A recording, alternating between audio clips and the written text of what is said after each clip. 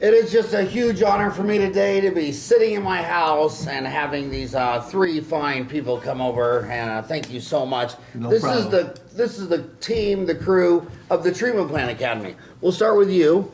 John Estefano, co-founder of the Treatment Plan Academy. John achieved his master's degree in business administration from UC Irvine, going on from there to cultivate his client experience techniques and becoming a skilled business executive. In John's past 10 years in the dental industry, he has gained a particular expertise in treatment plan acceptance, having authored the book, A Plan for the Plan, Dental Team Strategies for the New Dental Economy, helping many dentists to expand their practices. In the past 10 years, John has personally helped patients to the tune of $25 million worth of case acceptance, having presented his biggest accepted case of $134,000. All of this one patient at a time by applying Treatment Plan Academy's core principles of empathy and education. Right here I have Dr. Chad Abed of Abed and Costello. Pronounce the same? That's right. Pronounce the same. So are you Abed or Costello? I'm Abed, of course. You're Abed. I think I'm shaped like Costello. I'm not sure. Dr. Chad Abed, co-founder of the Treatment Plan Academy, did his undergraduate studies at the University of Michigan, so you're a Wolverine. That's right. Proud Wolverine. And earned his DDS at University of Detroit Mercy. Practicing since 2003, he has successfully grown all different type practices in 4 states. He maintains licenses in New York, Illinois, Michigan, and California. He is newly married and welcomed his firstborn child into the world in 2017. Congratulations on that. Thank you. And besides family, Dr. Abed is an avid nonfiction reader and gamer. He plans to produce MBA in 2018 with a concentration in business analytics. An avid nonfiction. Yep, I like to read true stuff. Same here. I Biographies, read history, business biographies, books, and dental psychology, textbooks. dentistry. Yeah. And people always say to me that they're dentists and they don't even know what their treatment plan acceptance rate is. Yeah. And they're sitting there reading Lord of the Rings, and they're asking me if I've read all this stuff. It's like, are you out of your mind? That's right. I totally agree. And then they whatever. So the reason I'm so excited about having you guys on the show is because dentists and physicians, they don't call them customers, they call them patients. Right. Which comes from be patient with my screwed up medical office and wait in the waiting room. Right. I mean, could you imagine if you want to go buy a new car that they'd say be patient and wait in the waiting room? Right. They'd have a salesperson on right there. And dentists don't like that, but the reason I like that is because if you don't sell the case, they take their money and they go to Disneyland and buy an iPhone. And they walk around with a cavity. And then that cavity, they have a newborn baby, and they kiss it on the mouth and inoculate that kid with Streptococcus mutans, and they give it to their wife. And we have herd diseases. I mean, if you talk to any farmer who's got pigs versus one that has cows, when their herds have diseases. Right. And this is a communicable disease that, you have a newborn baby and you'll hand it to your grandmother who's got an upper denture, lower partial, 7mm bleeding pockets, and the first thing she'll do is kiss it on the mouth. Yeah. It's like, you go, Grandma. You go. Right, that's true. But it's absolutely true. Yeah. And the herd understands that below the belt, there's diseases that we transmit. They all came from animals. Gonorrhea and syphilis came from cattle and sheep. Herpes only found in rabbits. Chlamydia from koala bears. I mean, it's crazy. HIV was from the green monkey. And the whole society knows that below the belt. But they still haven't dawned on them that above the belt. And now we have oral cancer, which is being passed by kissing. So people go to bars and they think if they put a party hat on, they're all good. And then they transfer HPV and they die of oral cancer. Yeah. And dentists don't give them the HPV vaccine. So here's the deal in the funnel. So what we know for pretty much a fact that for the 211,000 licensed dentists in America, it takes probably 100 hits on their website before 3 to 4 actually call. That's right. And then so the conversion from the website to the deal, because their website sucks, it's 5 years ago, there's no video of them. If you Google dentists in San Diego. Same thing, same template everywhere. Oh, yeah. He's got a mug shot that looks like he's being arrested for a DUI. There's no video where he can sit there and say, hi, I'm friendly. Right. I know you don't, come in and see me. There's no video. Right. It's some mug shot and a bunch of alphabet soup shit behind his name that no one knows what any of that means. And so it's going to be 100 people hit the website for 3 to 4 to call. Then your receptionist has no training, like the dentist has 8 years, the hygienist has 4, my assistant Jan went to school for a year. No training at all. And then it takes 4 people to call her before she can convert one in. So then when that one sits down, and we're just talking cavities, nothing fancy, no veneers, implants, all-in-fours, no $134,000 treatment plan, none of that stuff. We're talking about a filling. Right. When they diagnose 100 million cavities, they drill, fill, and bill 38. So you have to have 3 patients diagnosed with a cavity for you to do one, because they don't understand anything what you're all about, Treatment Plan Academy. Right. And to get those 3 people, they need 9 people to call their receptionist without training. And to get that 9 people to call, they're probably going to need like 9,000 hits on their website. And the funnel is insane. Yeah. And then the funnel reverses itself. So the hygienist sees 8 people. She only schedules 6 of the 8 for a 6-month recall. So on that one day, you just lost 25% of your practice. By the time they get to 5,000 charts, 4,000 of them have never been in one time in 24 months. So then the 6 that come in, one has to emergency calls and she'll get back with you. No one ever gets back with her. That's right. So by the time they get to 5,000 charts, 4,000 of them are inactive. So all of dentistry, when they do $750 and take home $145, it's just this little sweet spot in the middle of the hourglass. In fact, Ryan, I want to make a meme of an hourglass, just showing, this is how many it takes to even get anything done, and this is why you fall apart out the back door. So the entire dental industry, it's just this little sweet spot in the middle. And the reason they say, well, I don't like sales, then get out of dentistry. Right. Yeah. Because I want you to create a dental office that you'd want to send your children there when you were dead, or your great-grandchildren. I want a dental office that I could send my 2 grandchildren there and not have to worry about anything. And if my granddaughter, if I die, and my grandchildren or great-grandchildren go to the dental office, they have 3 cavities, I want you to be able to transfer value and educate them so they know that they got a credit card, they got $250 for a filling, they bought this on a credit card, they went to Disneyland on a credit. Americans will spend every dime they've got. So will the government. The 20 richest governments, they've raised taxes as high as they could, and they've borrowed about $40 trillion in the government debt bonds. Yeah. Most Americans spend about 103% a year. So every time they make $1, at the end of the year, they've spent $1.03. They're going to spend all their freaking money. Mm-hmm. And if you don't take that patient as a customer, and you don't take treatment plan presentation serious or heart attack, then you can't do your job. Right. You can't fix their teeth. You can't give them optimal oral health. They're going to spend their money. I tell my staff, my job is they're going to max all their credit cards. I'd rather them max them out in the 17% of the economy for your health than max it out at Macayos and Disneyland and all that stuff. Because it's a wiser investment. And another thing, when we do teach this at Treatment Plan Academy, we call it TPA for short, is if you take the time to listen out to their problems and then educate them, what you're actually doing when you prescribe them the right treatment, you're actually saving them money in the long term. So that's another big benefit as well. And another thing I like, your mindset that we share exactly the same is that's because we're both bald dentists.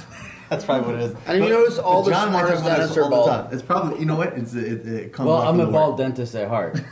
You're a bald dentist at heart. And Kelly and John and I talk about this all the time. We like to run. We like to manage ourselves by numbers. I like how you went through and the steps of the funnel and the percentages and all that stuff. That's something that I say extremely few modern dentists or dentists in history have either done or didn't realize that they need to do. This is something that needs to be done now. Yeah, it's very like people always it saves them money in the long run. Yeah. What's funny and hilarious is that for 54 years you always hear Americans in Phoenix say, "Why did it take them a year and a half to widen that street?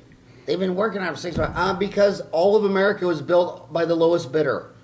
They asked John Glenn when he got back to Earth, the first guy to orbit the Earth in a satellite or whatever, and they said, "But what were you thinking up there?" And he says, "I thought I was in this spaceship built by the lowest bidder." I mean, he wasn't sitting in a Mercedes Benz. That was bidded out. That was built the cheapest thing they could do. That's right. NASA wasn't trying to build a Mercedes Benz. And if your roads didn't go to the lowest bidder, Well, they wouldn't take 4 months to do a little project. If it went to the highest bidder, the bridge wouldn't collapse after 50 years. That's right. And dentistry, patchwork dentistry, is not going to save money. Well, exactly. And to go back a little bit, one of the core principles that we have in Treatment Plan Academy, when you mentioned that if somebody was sitting in a waiting room for a few minutes, and that wouldn't happen in a normal situation where somebody buys something, one of the things that we believe is that we're asking people to make decisions on their treatment plans unlike any other decision that they make on a daily basis on what they buy. So for instance, using your example of a car lot, somebody goes into a car lot, there's one guy that greets them, he shows them what are you interested in, interviews them, shows them a car, takes them around the car, takes them for a test drive, and says, well, what do you think? Let's write it up. Let's see if, I bought a few cars in my time. And then he takes them through the entire process, and that's a very integrated experience. It's just one guy taking them through the entire thing, and we're asking people to forget about how they buy things in a dental office and basically adapt to our methods and say, okay, so you have a website that's designed by one of the template companies, and it doesn't communicate what you're really about, and then you're expecting one thing, and you call the office, and then you actually have a person answering the phone that doesn't really communicate what the website says, so that's one break in communication, so it's more fragmented. And then when they come in, somebody else probably takes them to the back, takes x-rays, that's another fragmentation, a different level of communication. Right. And then they meet the doctor, that's a different level of communication, another fragmentation. So we actually make the process really fragmented. And even though some people talk about handoffs, and some people talk about how you pass a person from one place to the other effectively, it does not substitute for a cohesive experience or an integrated experience where everybody in the office is actually speaking the same language. Right. And passing the patient along the exact same thing, which is what we want to incorporate into dentistry. We want to have the patients feel no difference between accepting a treatment plan or going to buy a computer at the Apple store. Yeah. And I know that sounds weird because one's health related and one's a consumer product, but they're more used to and they're more willing to go buy a computer at the Apple store or go buy a car than they are to whip out their wallets at our offices. And so what do? Do we just keep doing things how we're doing them now, or do we adapt to the way that they're used to whipping out their wallets? That's right. Because the mindset for most dental offices is, and we doctors, we're trained like this, that, we're so educated, so we expect, it's either implied or it's actually quite deliberate. We expect, I know what's best for my patient, so if I tell them you need such and such treatment, root canal, etc., they're going to do it because they know that I know that. That's not actually true, especially when you factor in with the way the dental economy works and how it's different than medical. When it comes to major treatment, you're talking about asking them to part with some amount of money, right? Insurance companies aren't they haven't risen their premiums in decades, and so even fixing one tooth that's severely damaged, a patient's expected to have to part with a fair amount of money to invest in their health. And going along with what you said earlier as well is, another factor reality that we've built into TPA is, the vast majority of people, patients, etc., they really don't want to go to the dentist. Now we all hear jokes about it. No offense, doc, but I hate being here, all that kind of stuff. The reality is we have to actually incorporate that factor into our treatment. What do I mean by that is, when you go in, like you said, using patchwork dentistry, I think it's proper for those dentists who are doing such things to tell the patient, you know what, how you hate coming to the dentist and hate getting shots? Well, if we do it this way, you're going to be seeing me sooner than you expect. Or we can do something that's going to be longer term, more durable, and it may last you, instead of a few years, could last you 5, 10, 15 years or more. What would you rather do, right? And also factoring in the economic aspect. Well, you might, if you fix something with an extremely large, let's say, direct restoration, then you have to factor in the repeated repairs that need to be done over the years. The classic example is doing a bridge versus an implant. Well, bridges in the long term quite often will be more expensive, right? So we factored in the fact that patients, in fact, we have to just accept the fact that the vast majority, there are patients who do love to come in the dentist. I love coming to the dentist. I mean, coming since I was a kid and this and that. I'd say, 8 out of 10, you might say 9 out of 10, I don't know. would say, I don't want to be here, or I just want to come and go, and they're very nervous, etc. So John and Kelly and I have sat together and really thought through this process and exactly what John was talking about. We picked it apart, started from scratch. What are we doing in dentistry when we present our treatment to our patients?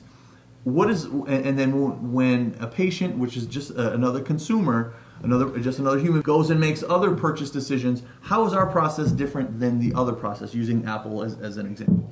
And there's huge differences. So we've actually picked it apart and reconstructed it to make it much more integrated, as we put it. And it's not based a lot on sales. It's more based on education of the patient and really reassurement of that fear that they have may be based on some misinformation that they've had many years ago, and we take the time to explain that to them, and also we take the time to tell them what would happen if they don't get the treatment, how much more expensive it would be. So making a strong value proposition for today. If you don't do it, if you do it today, we're going to save you time, a little bit of pain, and a lot more money. And those big three is what we call the big three in the foundation of the Treatment Plan Academy acceptance principle. If you save somebody time, pain, and money, they're more likely to believe that this is the treatment that's right for them, and they'll get out of their own way to get the treatment that they need in order to be orally rehabilitated. That's right. The biggest problem you're going to have is my homies don't even know their treatment plan acceptance rates. They're sitting there listening like, everybody, if I tell someone they get a cavity, they get it done, and they believe it. Yeah. You literally have to walk them all the way to their Dentrix and their Eagle Soft and show them. Yeah. Well, you have people talking about their 95% closing ratios, and every time I hear somebody saying, well, I have a 95% closing ratio on my treatment acceptance, I'm like, you don't know what you're looking at. There is not one person in the world that closes 95% dollar per dollar of everything that the treatment... It's worse than that. We have 4,000 endodontists in the United States who spend 80% of their time doing retreats. I've never met a dentist who had a root canal fail. Ask any dentist in America, what percent of your root canals fail? Because the insurance data says that at the end of 60 months, 10% of all molar endos are extracted. If an endodontist does them, it's 5%. So when an endodontist does a molar root canal, 5% extracted in 5 years. You go talk to any dentist on earth. What percent of your root canals are extracted in 5 years? Well, knock on wood. Yeah, I'm golden. And I'm like, well, there's an endodontist across the street 80% of his time. Him. So no dentist has had a failed root canal. So endodontists must only treat immigrants that had root canals done in other countries. Or people who are on their deathbed and passed away. And that's an excellent example. We all think exactly alike, Howard. Is thinking, using the brain for intuition. We talk about this in our videos. Brain's intuition, look, the human mind is magnificent and it's great for many things. But we've also measured in detail in psychology what it's not good at. And this is things like that. When you think, oh, I'm so great at root canals, I can't remember the last time. Well, you know what? That's because you have to actually sit and measure them. You have to record things, and we talk about that when we do our statistics. And we have entire modules based on statistics that we keep, including treatment proposed versus treatment accepted, that get reported to us on a daily basis, and we give automatic feedback to all of our clients that tells them how they're doing. Yeah, that's what I think one of the most interesting is the human mind. For 30 years, all the scientists have been saying, when you go into jury and you're an eyewitness, say, I saw him, shoot her. And everybody's like, that's the most credible. He was there and he saw her. That's actually the worst evidence. Yeah. And now that there's all these cameras everywhere, almost everybody that gave a statement, by the time they find out that 7-Eleven had a camera, oh, that black car? Yeah, it was white. And that blonde chick? Yeah, she was a brunette. It's very disturbing. And that man was a woman. Yeah. I mean, the mind is batshit crazy. Yeah, well, we don't like other people. We don't like people making us wrong. When we do something wrong, we don't like people pointing it out to us. So we actually actively shy away from making ourselves wrong, and we hate that more than we hate people making us wrong. So that mechanism doesn't allow us to see our faults, and it doesn't allow us to see how many root canals fail. Well, I would suggest that on your the website, the first thing you do is you're going to have to educate these people We're how willing. to run a report We're ready and on, able. on how to figure their clothes. And that would be a good article for Dental Town too. Okay. Because just like the eyewitness, well, I saw her stab him. And then the video says, okay, okay. It was a gun. They're just, I mean, we're humans. They got pistol. This is predictable. Right. This is a trillion circuits of, in fact, if I had to get a tattoo, and I've never got a tattoo because I haven't ever seen a bumper sticker on a Ferrari. But as soon as I see a bumper sticker on a Ferrari, I get the biohazard one. Because when they came out with the HIV deal in the 80s, and they came out with that, that biohazard deal, when I saw that logo, I thought, kudos to the government. One government agency got a badass logo. That's true. And that biohazard thing was so cool because that's what all humans are. They're a biological hazard Yeah. to themselves. So the first thing you're going to have to do is point their nose in the data. You need to teach them how to go to denture. About 80% of them run off Dentrix and Eaglesoft. Dentrix by Henry Schein, Eaglesoft by Patterson. You got to teach them how, so they can see how bad it is. Because like when they're back there doing a root canal, they have no idea that 4 people called Gloria, and how much is a crown? $1,000. Okay, thank you very much. That's right. And then the next one now. What are your hours? Well, we actually on our website txplanacademy.com have old-fashioned logs that we like to use. And they're free for download for any Ryan, office. Can you text me his website, Treatment Plan Academy? It's txplanacademy.com. And we have all the forms that we use on our day-to-day basis, how to keep a log on proposed versus accepted treatment, a call log that measures where all the people that are calling your office are actually calling from, and your success rate on how they're being scheduled. So not only are you tracking your conversion rates, but you can also track where your patients are coming from, and if you have better conversion rates from certain marketing sources. That's right. And all of those are available free on our website. I feel sorry for marketing companies. I tell everybody in a marketing company, don't do it unless you can figure out a way to track the incoming calls, because Doc's going to spend $25,000 and then he gets no patients or increased revenue. Yep. Because he doesn't know that generated 100 calls and 50% called when you were closed. Because when I say, because they work 9 to 5 Monday through Thursday, I think 9 to 5 for me means I work 95 hours a week. I have my whole life. I mean, it's 13 and a half hours a day, and that's true, 7 days a week. So they don't know that half the calls came in when they were closed. Right. And when the calls came in when they were open, half went to voicemail. That's right. They don't know. They can't even tell you. I'll say, well, what percent of the calls that were left in voicemail did anyone even listen to? Right. Well, Gloria, I mean, she's amazing. She's my child's godmother. It's like, well, what does a baptism have to do with the fact that Gloria doesn't even listen to 10% of the voicemails? Yep. Right. So if you can't give them, because doctors are good on data. I mean, they got A's in calculus, physics, geometry, twig, chemistry. I mean, you can't get into dental school or med school if you don't ace out all that. So they know the math. So you got to show them math. You got to show them numbers. Say, this is what's going on in your office. Yeah, and we do that on a graphic format. We do graphs and statistics based on 7 core graphs that we keep, and that help basically pinpoint areas of deficiency in any practice. Yeah. And we are happy to have everybody go into the website and download those forms for free, and at least start tracking it for themselves. Yeah. And if they want our help, we're happy to help. Kelly helps us every day. She helps us run those statistics and interpretation, etc. And we go even a step further, Howard. Look, a lot of, like, maybe not all the doctors are like us, where we enjoy measuring things, and for me it's about seeking the truth, getting as close to approximating the truth or objectivity as possible.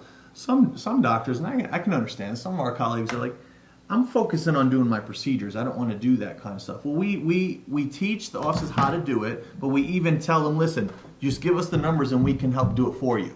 And when I say it, we also mean interpretation and action plans, etc. Action items. Well, seduce them with this. I mean, if they say, well, what do you love doing? And they say, well, I love placing implants. Why don't you place a month? And they say, well, because you have to do a procedure once a week to be critical mass. I've never seen anybody do an implant a month and made that income out. By the time you factor in their CBCT, going all the way to Dominican Republic, buying all these systems, all these courses, and you do one every month, Furthermore, I don't want my granddaughter getting an implant done by some guy that places one a month. That's right. If I was going to get a serious operation, like a vasectomy, I'd want some guy that's doing it every hour and knows the difference in your nerve and your vas deferens. And so if they're only doing one a month, well, if they increase their treatment plan acceptance rates, they could get to critical mass, which is one a week. Because if you're not doing a sleep apnea, an Invisalign, or an implant once a week, drop it. Yeah. I mean, you can't master everything in 2017. That's why they have 58 specialties with physicians. They have 9 specialties with dentists.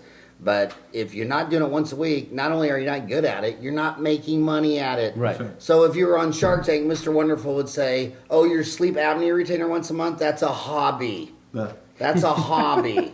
Here's how much money you're spending on a hobby. Maybe you should Very go true. jet ski on the weekends. Very true. And quit doing sleep apnea. You know." Absolutely. That's very insightful what you just said. But go ahead. No, go ahead. Well, they're all driving to work right now, probably 85%. Sure. And so I retweet your last Twitter. So I'm at Howard Farran. I just retweeted your at TP Academy 17 to our what is the 17 at TP Academy 17? Where does 17 go? You mean TX Plan Academy? It's a treatment. The T for treatment, P for plan, A and written out academy, and we officially were founded this year, which is the year of our, Oh, so it's 2017. yeah, 2017. Nice. Okay. I would just. I also think if they know why the number, what it means, they'll remember it easier. Yeah. Because they're trying to work. It's, So it's at TP Academy 17, founded in 2017. Yeah. Very nice. And those logs that I was telling you about are under our resources tab, which is in the top right side of the website. And if you're on a mobile phone and those little 3 stripes, you press that. Yeah, 3 what stripes. is that called? Does anybody know what that's called? I don't know. Those little. Well, on all the little websites- box Menu. with the little The menu. QR code. Are you talking? Oh, The- No. three- That's just the menu icon. Yeah, the menu icon. Yeah, so the Yeah. menu icon, you click on that and it gives you basically the same as the tabs that you would have on top. You click resources, and all you would have to do is basically create a TPA login, and then you can download all the forms for free.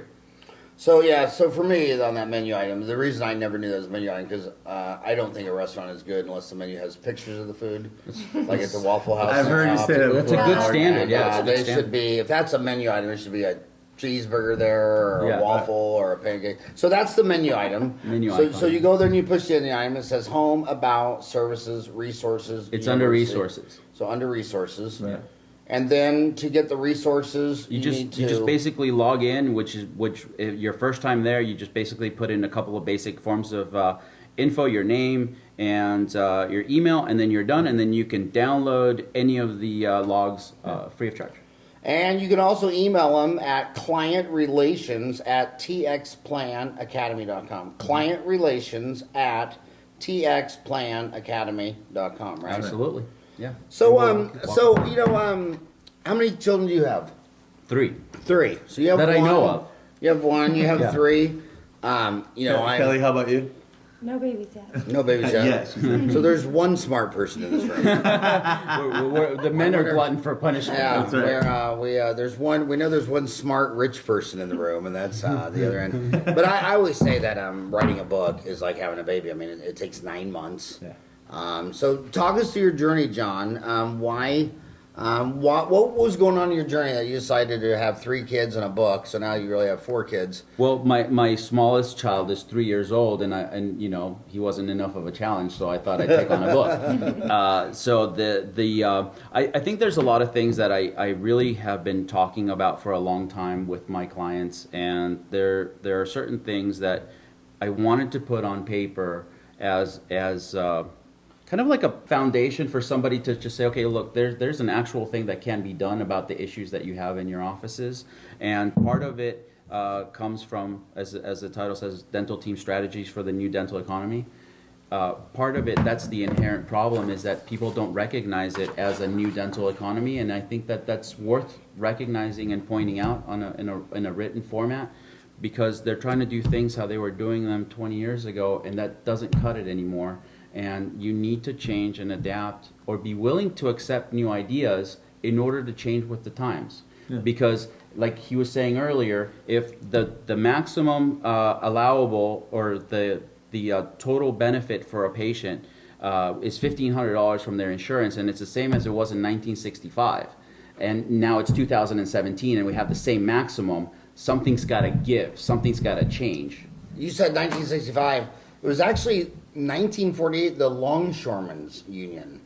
And they, so every container that came in and out of this country, whether it be New York, New Jersey, Chicago, Seattle, those guys had the first strong union. Yeah.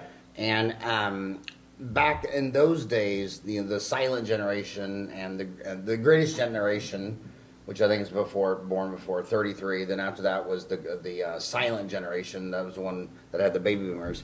They always used to say war was good for the economy when we were growing up. Yeah. And, well, if the economy gets bad, war, because the war is good for the economy. Yeah, when the war is against Germany and Japan, who makes everything. So at the end of World War II, everybody that made anything, Germany and Japan, was leveled. Mm-hmm. So America exploded, and they started a dental benefit, and it was $1,500 back then in 1948. I did not know and that. it's still that or less in 2017. Yeah. Yeah. But then you notice Vietnam, Korea, Iraq, and Afghanistan. What percent of the items at Walmart are made from Afghanistan, Iraq? Right. So that $1 trillion was a total expenditure, a drag on the economy. That's why you see like 2% growth. I always say I'm very pro-military, pro-war if it's only on factories that make cars, TVs, phones. Competition. But don't hit. Don't hit some other country, and just hit factories that make shit that ends up on the stores at Walmart. Right. But There's some statistics that are saying, I mean, and this is important for our doctors and for the public to know, is exactly what you were saying. First of all, I didn't even know it goes back to the 40s. That's 48. That's Longshoremen's. But if it kept up with inflation, it's supposed to be close to 5,000. Oh yeah. And that's much more easier to work with and this and that. So instead, what we have to do is we have to help the doctors help the patients by educating them, really listening to what their needs are, telling them what the risks and benefits are, and giving them something that has what we call clinical predictability that will last a long time. So in the long term, they save money. But I want to ask you cultural questions because there's 220 countries. Having someone, your government or your employer, help pay for your dental, that's only in a few countries. True. That Right. doesn't exist in Russia and China and India and Brazil. Right. So these guys, it's kind of a, 99% of the purchases Americans make, they're not having there. Could you imagine going to your boss? Yeah, I need an iPhone. Right. Yeah. Could you pay half? Right. And then come back. Oh yeah, I just bought a new car. Could you pay half? Right. We want to redecorate our kitchen. I mean, they. So why is it? Why are they so? Why do? And then you go into America. So they tell you in America, half of America has no dental insurance, but their entire business model is just in the 20 countries out of 220 that have dental insurance, and then in those countries, the entire business model is just on the half that has the dental insurance. Right.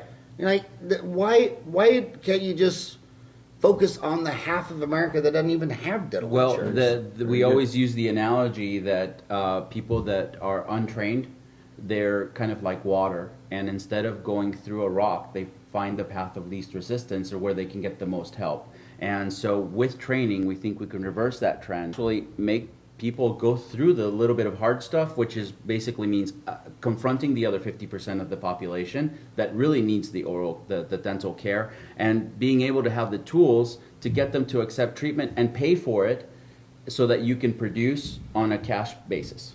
And bring dentists back the security that they had probably 30 years ago. Because right now, there's some that are doing really well. Here's the other problem you're gonna have. There's 211,000 licensed dentists, right? Yep. There's 175,000 licensed hygienists.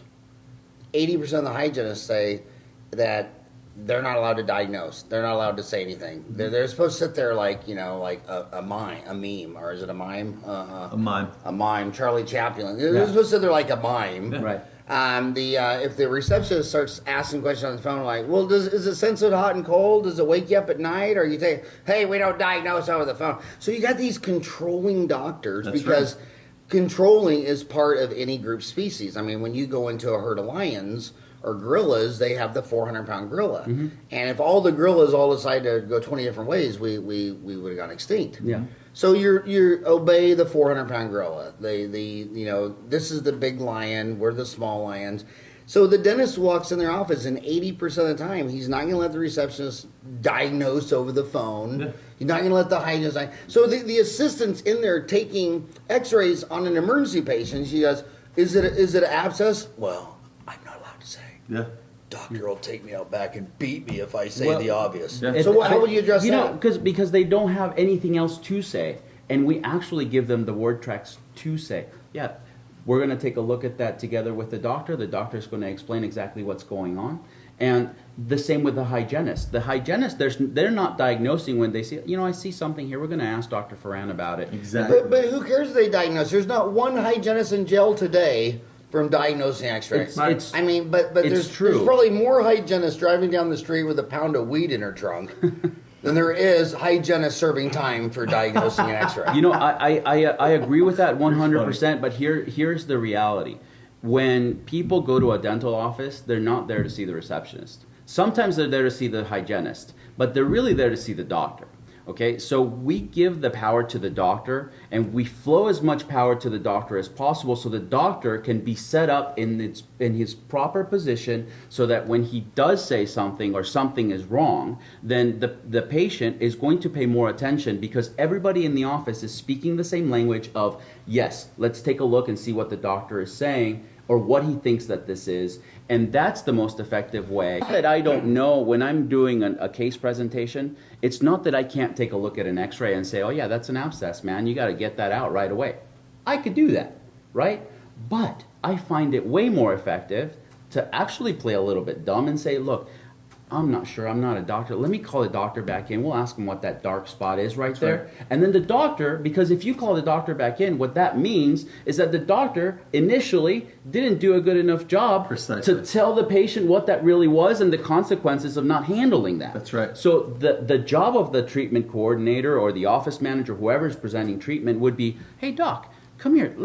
Tell me what that is. I know you told me last week, but I forget what that little dark spot is right there. Can you explain that to me?" And you put it on yourself, because you don't want the patient to feel awkward. So you put it on yourself. "Hey, I can be dumb for a minute. Right. What is that dark spot again?" And then when you tell me what that dark spot is, what happens if you don't handle that right away? That's right.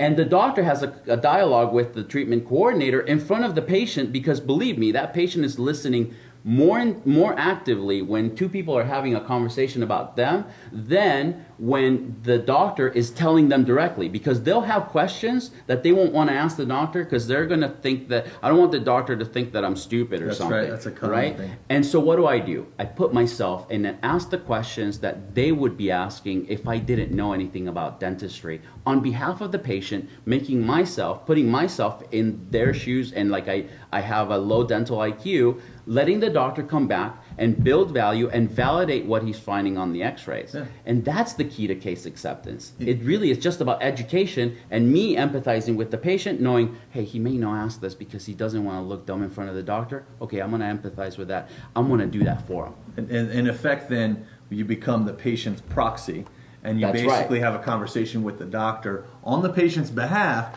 but because we've set it up that way, then that way the patient just becomes a spectator, which is very low stress. Yeah. I want to give you credit, Howard. That's a very brilliant point that you brought up that we discuss in our videos. What you discussed In is the detail. status quo. Oh, the hygienist, they do the cleaning, and then they bring in the doctor for the exam. This is in 2017 and in the future, the new dental economy. One of the things that is very under leveraged is our back office staff, like the hygienists and even the dental assistants as well, which we'll get to. With the hygienists, they have amazing training. They have a set of eyeballs like anybody. They're in there cleaning. I mean, whether you want to call it diagnosis or we call it pre-diagnosis, the bottom line is that's a second set of eyes there, and that's a second voice that the patient hears to say, oh, you know what, I see something a little funny here. Let me have Dr. Abed come take a look at it. Let me take a photo of it. And then when I come in there and I look at it, if I decide it's something that should be treated, then I can say, yeah, well, it looks like we're going to, put a crown on it or do whatever we need to do. But alternatively, I can also say, you know what, I see a little something there, I see what she pointed out, but you know what, Mr. Jones, we're just going to keep an eye on that for now. Just make sure you come in on time for your checkups, which also builds up compliance with the recalls, because they know that I'm keeping my eye on something for their benefit. And another very underleveraged staff member are dental assistants. Excellent examples of what John was just Absolutely. mentioning. They're not just assisting me, they're really assisting my patient, as in, we all know, or I think most of us know, when I leave the room, the only other person in the room and the first person the patient's going to look at is the dental assistant. I've seen it hundreds of times. That's it. What do you this think? okay? What do you think? Yeah. So, and another great, and we talk about this, as he said in our videos, is the dental assistant is an excellent sounding board to get feedback on how you're being perceived or how well you presented or how well you address the concerns of the patient, because they'll hear the patient. They'll get the feedback from the patient. So Yeah. I'm always looking to self-improve. I know John and Kelly as well. So I asked my assistant, hey, how did Mr. Jones, did they have any feedback or say anything? So under leveraging or learning to leverage dental assistants and hygienists is a huge, huge deal. I would go as far as say it's a secret weapon. In our university, they have their own curriculum Right. on how they can actually learn how to participate in the case acceptance process. And I'll actually raise you one there, Dr. Abed. The assistant plays such a key role that when we talk about fragmented versus cohesive treatment acceptance Right. experiences, the assistant is the one that stays with the patient the longest amount of time, and they could be that glue that binds the entire process together That's a very and good point, creates a cohesive experience and not a fragmented experience. And I just thought of this, and I want to just touch on this, and I think that everybody that's listening probably know this, but I want to kind of explain the difference or talk about the difference between empathy and sympathy, because we talk about empathy a lot. I pulled up the definition. Thank you. Pulled it. Empathy, the ability to understand and share the feelings of another. Very Right. good. Perfect. So As then- opposed to sympathy, which is just feeling sorry for somebody, right? Now, when you feel Sympathy is feelings of pity and sorrow for someone else's misfortune. What's more important, sympathy or empathy? empathy. Okay, well, teach my dentist how to fake. How do you fake empathy? Well, You fake it by not faking it. First of all, I think most of them got into the profession, and I believe this wholeheartedly. Most of them got into the profession because they are able to empathize with patients and want to do something about it. Yeah. But the difference So between sympathy is I feel sorry for you. That's right. Empathy is I feel your pain. that's I right. put myself in your shoes. That's right. I can see what you're going through. Now, one actually promotes action. Empathy promotes action on behalf of that person because you're actively feeling what they're feeling. And that was why I think the male gynecologists went extinct. Because they were going in there and They were couldn't saying- feel it. I'm dead serious. They were going in there and saying all these things, and in the 50s they were saying, I think that's all in your head. Right. Yeah. And she's thinking, how many kids have you had? Right. Yeah. True. How many times do you have a period each month? Yeah. And they went to women because the women understood and had empathy. Right. They go, I'm a woman too. Yeah. Right. That's Yeah. a good point. And then to weigh it against the sympathy, when you feel sorry for somebody, that doesn't necessarily lead you to action. You just want to hold their hand and say, this is going to be okay. But it doesn't necessarily drive the action that patient's going to need in order to get rehabilitated. So one actually leads you to action. Because if Consolation. you have sympathy for somebody and you're really feeling sorry for somebody, then you're actually going to adopt their level of fear. You're going to be in their shoes, but in a bad way where it doesn't allow you to help them properly. Right. So we talk about sympathy and we talk and hate sympathy, but we always promote empathy because that leads to action. Right. Because the outcome of empathy is helping the person, helping the human being. If you really feel like what somebody is feeling, if you really feel that they're being Yeah. disturbed by that pain every day, Right. then you can say, you know what, man, if it was me, I would get that done today. And I also want to say that the human mind is a very bizarre deal, but like one of the research I really like is the fact that the way the human mind is wired is that when you're walking in the jungle and all of a sudden a tiger jumps out, you don't have time to sit there and think, well, that's bigger than me, and by the shape of his carnivore That's teeth, right. I think he's a carnivore, I'm meat. So your trillion circuits fire instantly That's right. for your survival, and you run up a tree. And they showed in college. So you read the question and instantly your brain said B. But then you start thinking and thinking. And then you erase the B and then you circle C. And when I think that what these young dentists need to do is that, you know, if I walked up to you 100 years ago at Salem and put this phone to you and said, hey, you want to talk to your uncle 100 miles away? Right. They said, you're a witch. And Yeah, they would have you'd drowned be on you. that pole. Yeah. And when I say this, it's going to sound like crazy talk, but they don't even know what dark matter is, dark matter. They've been talking about ESP for years. But when you're working on a patient, I always feel their pain. When I start to feel tense or my heartbeat's going up, I'm listening to that all the time. That's right. And the minute I start to feel tense, their brain somehow is telling my brain we're on the same wavelength. Yeah. That's right. And then Very that's deep. when I'll stop and say, hey, are you okay? Well, That's you know, right. I need a breather or whatever. Well, Same thing with a shot. You have the same pressure as you have, you know, 5 nerves, hot, cold, movement, pressure, pain. You have the same pressure in your thumb as they do in their jaw. So if you're pushing the injection, they're feeling a shot. Yeah. But if you slip that in where your thumb doesn't feel the pressure, they don't feel the pressure. So young dentists need to realize that the minute you feel any stress, it's coming from the person you're doing a freaking very root good. canal Well, on. it actually Stop, slow down, get That's right. empathetic. I want right. to Very add good. one That's thing right. actually, because we talk about this in our lectures all the time. It goes both ways. When I always bring up this documentary that I watched by National Geographic, and there's in Africa there's a bunch of gazelle just drinking water on the watering hole, and then there's one of them turns and sees a lion about 100 yards away. The rest of them, without looking, run.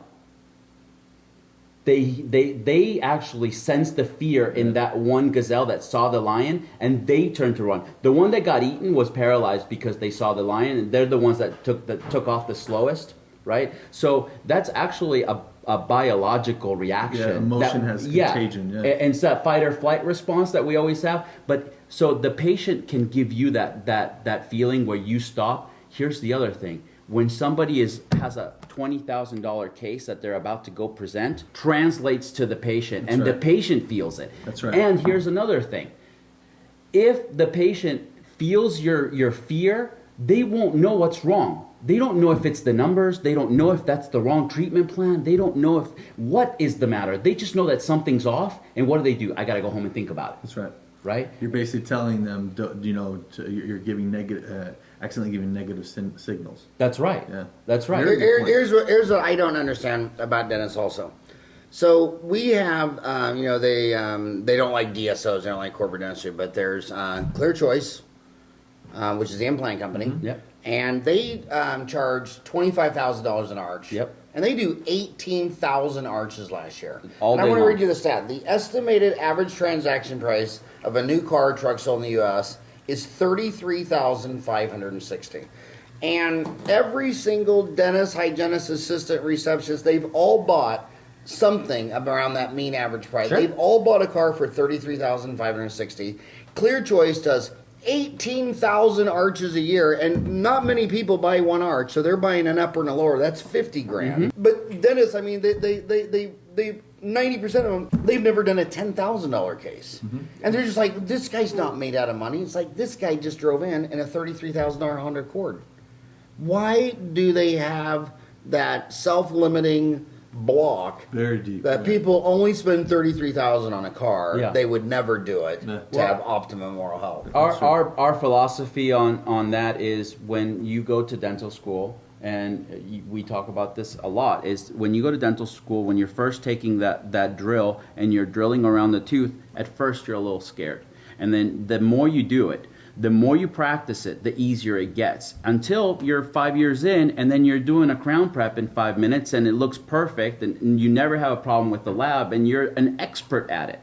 Like you said, if you're doing one Invisalign case a month, give it up, right? If you're closing one $10,000 case a month, give it up. It's not your deal, right? So you have to practice it, and you have to have the tools to practice it, so you become as proficient as the doctor is at prepping that crown in 5 minutes. Mm-hmm. The problem is the tools don't exist, right?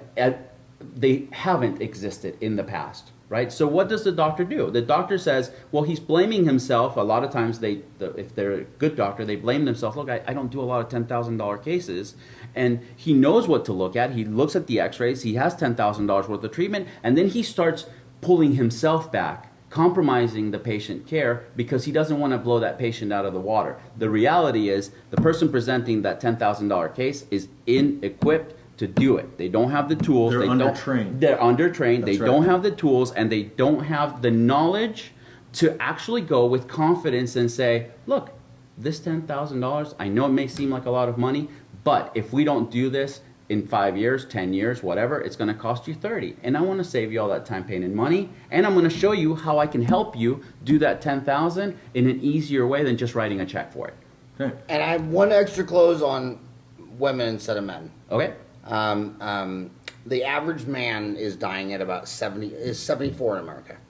The average woman is 79, almost 80. Women live about 5 years longer than men.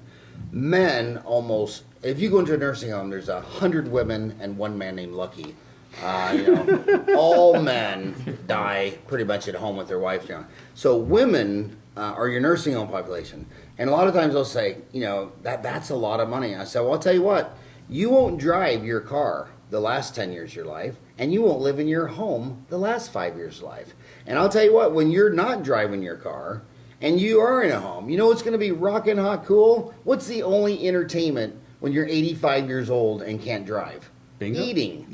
And imagine how much healthier you're going to be in the nursing home when you can rock out on broccoli, carrot. You can eat anything you want. Yeah. And if you go into a nursing home, every deal they have to have food for the dentist. They got to have macaroni and cheese and cottage Mashed cheese potatoes. and mashed potatoes and pudding because all those people who didn't do what they needed to do are edentulous. Yeah. And you're wearing a denture right now. And how many times has your husband seen you without the denture? Never. How many times have your grandkids seen you without the denture? Never. Oh, so you want to sit in a nursing home for the last 4 years with 89-year-old dry tissue with your dentures in the bottom drawer, and every time your grandkids come, there you are with no teeth in. Yeah. So why do you live in a $175,000 house, drive a $35,000 car, and don't want to have an implant retained prosthesis so you can eat carrots when you're 102? My philosophy on why that person is in that condition is that nobody's cared enough about them to actually get them through whatever it is that's holding them back to do it. Yeah. And I believe that if we communicate, the most effective way of communication, I believe, is when you can put a picture in somebody's head. And when you're enjoying your food when you're 85, and you bring them back to when they were 20, the last time before they had dentures, and they bite into an apple, and those juices just like spill all over the juice from the apple just hits their palate, and it's super sweet, and you can create that picture of that apple and them biting the apple. That's what actually leads to decisions. It's more.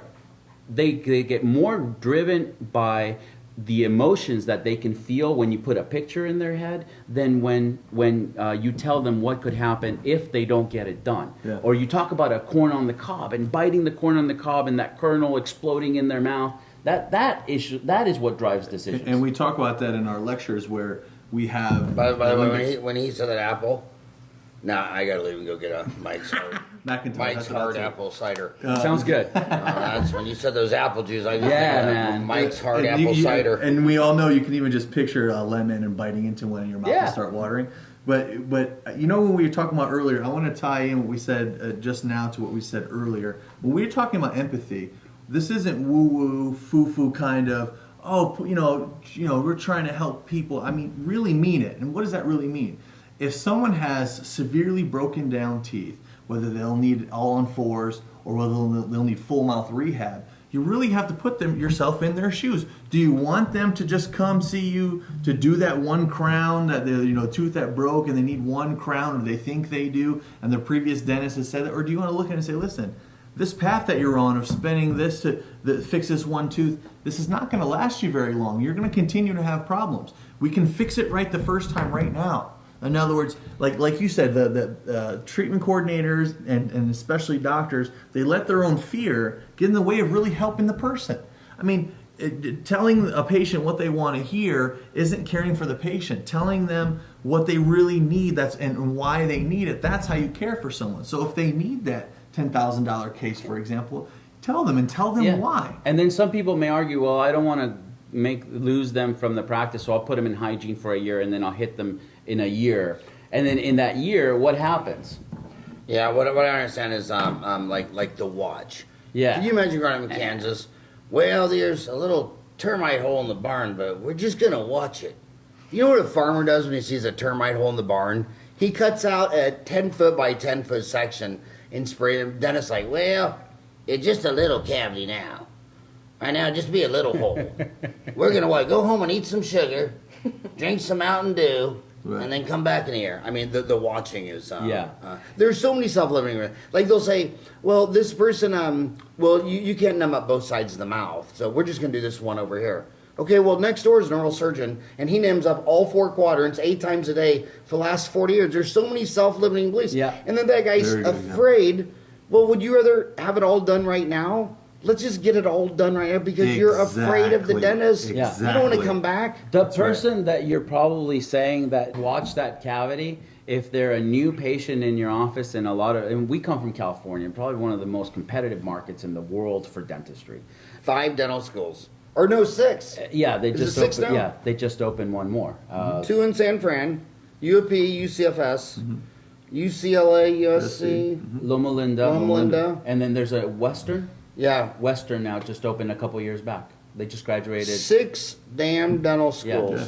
It's the most super. We use the term. So why did you move supersaturated. there? Why didn't you stay back east? I'll tell you, I'm there for the water and the sunshine. But I'll tell you something. This is that. Joking aside, you're bringing up a smart question. Me being there, I realized, wow, look at this market. This is the worst market for dentistry that I've ever seen. As in, it's so super saturated that you're even seeing examples of doctors sometimes even bending their ethics a little bit to overtreat, like attorneys have long had that reputation in some other ambulances. It's something like that. Whereas we're taking a step back and wait a minute, we don't need to do any of this. This is not. We're doctors. We're professionals. We're healthcare providers. How can we treat people well and take care of them? And that's where we started. We took it all the way back to the beginning and said, it all goes around being patient-centric, looking out for the patient, and that's how we proceed from there. That's right. And then just but patient-centric. I mean that's a joke. I mean, so when they say, well, yeah, who come? Is it all about the dentist or all about the patient? They go, it's all about the patient. Okay, what are your hours?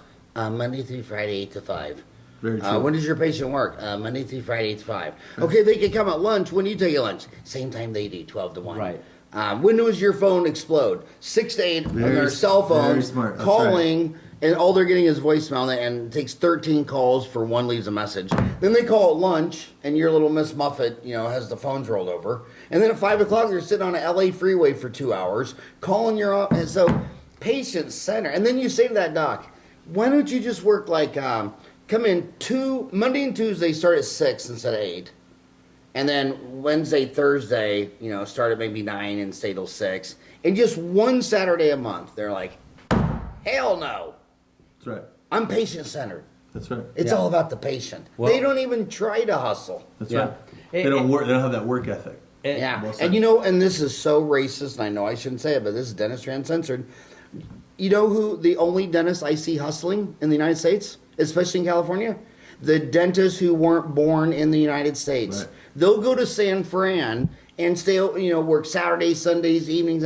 But man, if you're born in the United States and you grew up on an Xbox and you had maids, gardeners, a whole 9 yards, it's Monday through Thursday, 9 to 5. And then the dentist the deans complain that none of the dentists go to the rural. Well, we already know that's because you accept dentist kids from the big cities. All the research shows the only kid going back to a small town of 5,000 was a kid born in the town of 5,000. Right. I couldn't take Miss Hollywood to Parsons, Kansas. She'd shoot me or she'd shoot herself. So if they just would accept kids from urban, from rural, like 25,000 and under, and try to fill up the class with kids who weren't born in America, Americans would be better served. That's a And cool strategy. 51% of every billion-dollar IPO done in the United States since 2008, 51% were foreign-born Americans. Right. They hustle. That's one of the secrets of the So you strength want of America. rural, then The brain let drain rural center. kids in, Yeah. and you want to hustle. So I tell students, if I was a practice manager consultant, I'd say sue your parents for being born here, and then sell your office to someone who was born out of here. Right. Yeah. Right. Well, I mean, availability is very important, and we want people to be we want the patients to be in front of the offices. And again, what do they do when they're there? I mean, if you're not, number one, you're not available when the patient is there, you inconvenience them and make them take them off of work, so they're already getting to your office pissed off, right? Because now they're missing work to come to the dentist, they're probably in pain, so now they're double pissed off. And then they're not treated well when they're at the office or made to wait, and now they're triple pissed off. What are the chances that that patient's going to say, yeah, no problem, here's my credit card for 15 grand, go ahead and whack it, I'll see you next week, where I have to take more time off of work, right? I want you to address the most controversial part of treatment plan presentation. Sure. Money. Most doctors say, I'm a doctor, I'm not talking money. Some people say a treatment plan presenter should present the money. Some treatment plan presenters say, well, if the doctor says the total cost and owns it, that helps me with the deal. So talk money. How do we go from So I think that the dirty M word? yeah, no, it's for Is me, it as for filthy me it's as the not. sales word? Sales? I think that's the filthiest word in Some dentistry. people may think so. I personally love both words because they facilitate entire economies, and I think that the doctor has a very distinct job, and that's to educate the patient.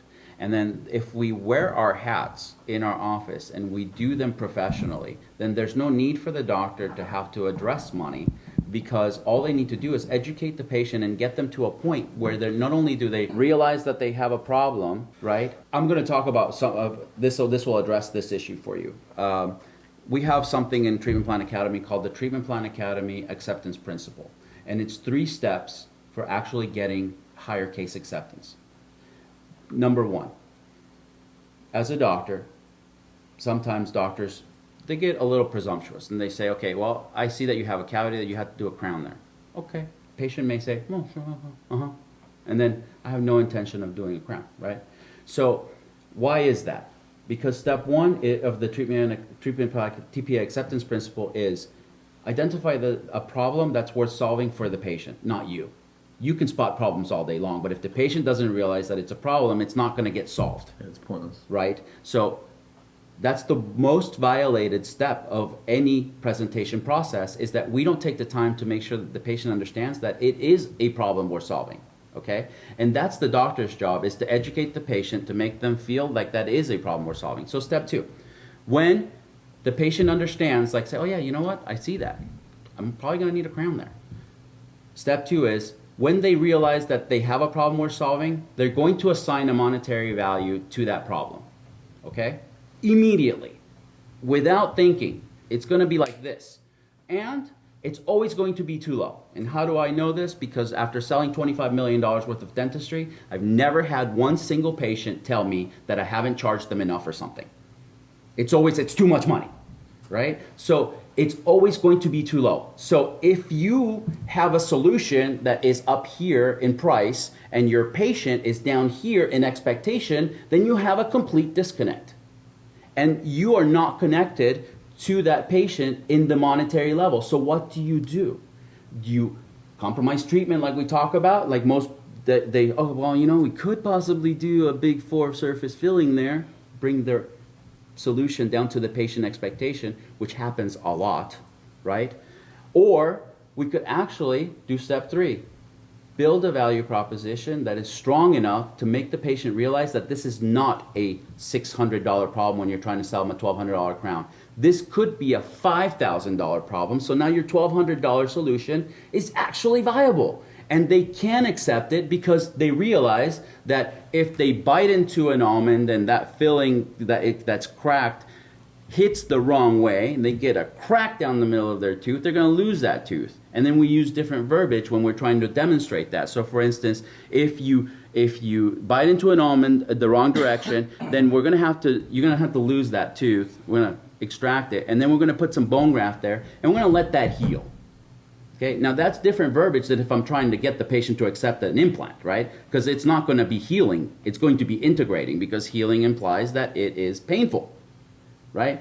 Or integration is actually something that happens so that the implant stays solid. It's much more digestible when you're trying to sell an implant. And then we're going to wait about 3 months, and then we're going to come back in for an implant surgery, and we're going to put that implant in, and then we're going to let that heal for about 3 months. And then after that, you're going to come back, and then we're going to take an impression with an abutment, and then you're going to put a crown on there. By the way, a crown is all that I want you to do right now. I'm trying to get you to avoid all this. And so if we do these steps, those things, then the expectation of the patient for that one tooth just went up here, because it's a real problem for them now. They know that they have a problem that needs solving, but if they don't do it now here, they're going to have this big of a problem.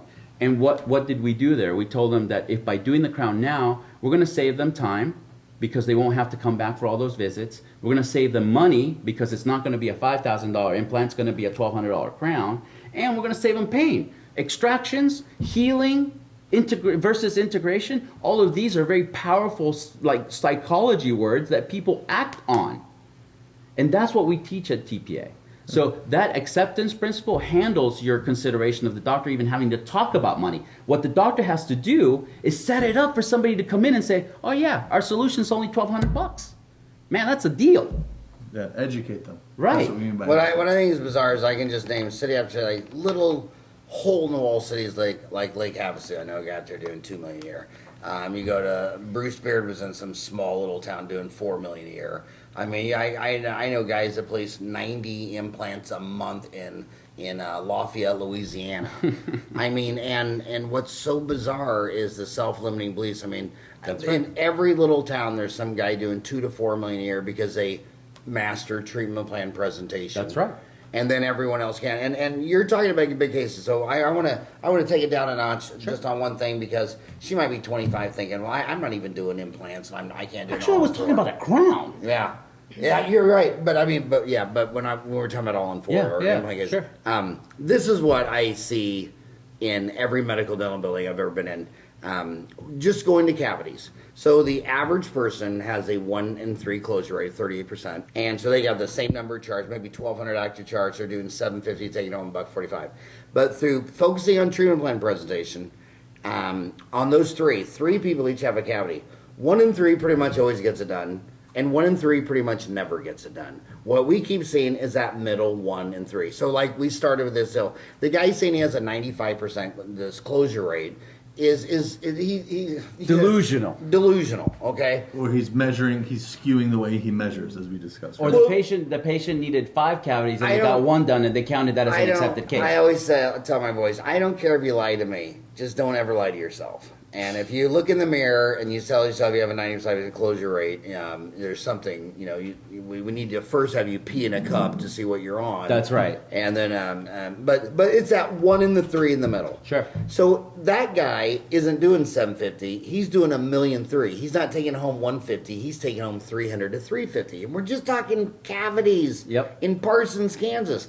It's the same thing with the recall. You go back in these little towns in Nevada, Missouri, and here's a guy that has 3 full-time hygienists because they pre-appoint, and they pre-appoint them all. They don't sit there and pre-appoint 6 out of 8, so you lost 25% of your new patients that day. If someone rescheduled, they have tickler files. So just paying attention to details of closing your back door. Everybody you scheduled for their cleaning, and everybody staying on top of that, and then focus on the treatment plan presentation, doing 2 out of every 3 cavities instead of 1 out of every 3 cavities. And then when you're thinking about whether you're doing this or not, just again, imagine this. Imagine you're dead and your granddaughter is 17 years old and goes to the dentist and she has 8 cavities. Would you rather someone really focus on convincing your granddaughter that she has cavities, that these cavities can turn into root canals and crowns, that 10% of root canals are extracted after 5 years, and then you're looking at implants, and then when you do implants, 20% of implants have peri-implantitis at 60 months, because the herd is still slopping saliva with everybody that, they're all trading P. gingivalis among each other and all that stuff like that. Yeah. I mean, this is the most important part. And it goes back to empathy versus sympathy. The guy that doesn't get that second and third filling is just feeling sorry for that guy and saying, I get it. I feel sorry that this may cost you a little extra money. What we're going to do is we're going to watch that till next time you're here, see what happens with it. Versus the empathy of like saying, I'm going to put myself in your shoes and I'm going to save you a few $1,000 and I'm going to help you get that cavity done right now. And that's exactly how you do it. You say, well, that's going to turn into a crown, possibly a root canal. Most root canals fail. Then you're going to need an implant. And if you don't get the implant, then what happens? A whole bunch of teeth are actually going to start migrating into the open space. You're going to get a lot of periodontal problems. You're going to probably lose all your teeth and end up in dentures. I'm going to make a couple points and ask you a big question. By the way, we're way over, but it's so good I want to stay in overtime. A couple deals. First of all, back with your staff. Everybody in the back with wet hands clinical has to wear loops. I mean, the hygienist can't see, the assistant can't see. Everybody's back with loops. We always talk about hygiene recalls, but your back door is open 80%. So by the time you get to 5,000 jars, 80% are gone. 4,000 jars are gone. You don't just schedule people for a recall for a cleaning. Like when I do a root canal, I say, okay, now look, I need to take an x-ray 1 year after. See this big abscess here, this radiolucity? After 1 year, that infection should be gone. It should all be filled in with bone. I need to know if this worked or not, and we won't know for a year. So Jan, go schedule Margaret. 1 year from today, come in, I want to take a PA. Implant, same thing. I need to check this. If this thing gets peri-implant, if it gets gum disease around it, we'll lose the whole implant. So I need to take an x-ray of this thing at 1 year, 3 years, and 6 years, scheduled out. Just keep scheduling reasons for those people to come back. And my definition of an active patient, when you're buying a practice, says, well, we have 5,000 charged and 3,000 are active. That's horseshit. I want to go to the computer. How many are scheduled for something? If you only have 1,000 people scheduled for anything, you only have 1,000 act charge. Everybody, when they leave, they're scheduled for the next thing. But I want to the last question I want to ask you is you keep pointing to this thing that you're showing the patient. You're pointing to something. Talk technology. Are you pointing to an intraoral camera, a digital X-ray? So Patterson sells things like we use Casey. all of them. But talk technology. Yeah. So what's the return on investment to increase your treatment planning? Look, your students? I've seen. I mean, the obvious low hanging fruit is the intraoral camera. Even the most expensive one will pay for itself many times over. I think what's the one of the most expensive brand? I think goes up to $7-8 grand. You can get. My first intraoral camera cost in 1987. It was it was a Fuji cam sold by Patterson. It was $38,000 and the size of the refrigerator I had in my dorm room on a cart. And everybody sat there. 30,000 30 years ago. That's a shitload of money. That's probably close to it'd be twice that now. Yeah. And I don't know a single person who bought the Fuji cam at $38,000 that didn't have an instant return on investment. Oh yeah. Yeah, I've had some colleagues tell me they've had a 6-figure return. In other words, from less than $10,000 investment to up to $100,000 return. Yeah, we actually we talk about these type of things all the time, and what tells us that it's worth making is if you can make 10 to 1 back on your money. And so when you're talking about getting intraoral cams or even high tech videos that iPads, that educate the patient, all of those will return themselves 10 times over. We use models, we use intraoral pictures that in our videos. You can see us pointing to, or the doctors pointing to the teeth that are in a big screen TV. That's what we actually do. Yeah, and then that patient. The other thing to realize is that now you got to tie it all back in. So when you have something that's outside of the patient's mouth and it's a big tooth that's on a big screen TV and it's 20 times the size that they would normally see it, then how do you bring it back into their mouth? And we teach doctors how to do that. And it's just really very simple. It's something we call the finger technique. And where you have that picture up there, and then you ask the patient for their index finger, you connect it to and then you connect it viscerally physically whether intraoral with a little or bit extraoral. with a little bit of pressure on that tooth that's affected, and now the patient just brought it all back. Oh man, that's in here. That's right. Right? So all of these technologies have to be not only spoken about, but tied back in to demonstrate that there's an actual condition. So all of those things, models, intraoral pictures, digital x-rays, PANs, even CTs, all of those investments will come back to you if they're used the right way. And how do you use it the right way? By tying it back to the patient and making the patient realize step one of the TPA acceptance principle, that they have a problem we're solving. And it's all systematized. So just like you look at the same flow, like an exam all the way across the arch and then go down to 17 and go to 32, for example, you have to do the same thing every time. And this isn't just about closing treatment. This is minimizing mistakes, just like pilots use checklists, right? That book, Checklist Manifesto, where the surgeons are being advocated now to go through and, okay, have I done this? Have I checked this? Have I, oral cancer screening, all these kind of things. Do the exact same thing every time so that you can minimize the likelihood of an omission. And who benefits? The patient, as always. Yeah. And I also want to make out another point. So when you go to intro camera, here's the low-hanging fruit on the intro camera. It's not what brand, what price, and that stuff. It's dumbass only buys one intro camera for the whole office. So the hygienist wants to use a camera. That's right. You need but one she's per like, op. well, I really don't want to get up and walk over there and get that, so I'll just do this shitty presentation that let's they're not skip it. going to buy and skip another thing. And the operatory is like Southwest Airlines. Every plane is a 737. Every one of them is the same.